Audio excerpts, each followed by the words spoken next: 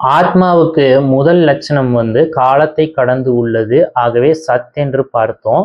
இப்போ மூன்றாவது லட்சணம் பார்த்தீங்கன்னா இடத்தையும் கடந்து உள்ளது. ஆகவே அனந்தம், லிமிட்லெஸ். இதற்கு இன்னொரு பேர் பார்த்தீங்கன்னா பூர்ணம். பூர்ணம் என்று சொன்னால் நிறைந்தது, அதுல ஒரு குறையும் இல்லை.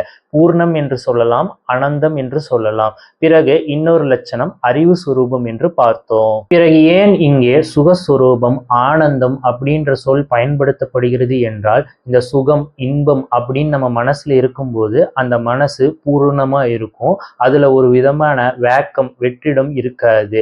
ஏன்னா வெற்றிடம் வந்துச்சுன்னா ஆனந்தம் போச்சு என்று அர்த்தம். அப்போ ஆனந்தமா நம்ம மனசு இருக்கும்போது அந்த மனசு நிறைந்து இருக்கும். அதுல யாரும் எதையும் புதுசா நிறைக்க முடியாது.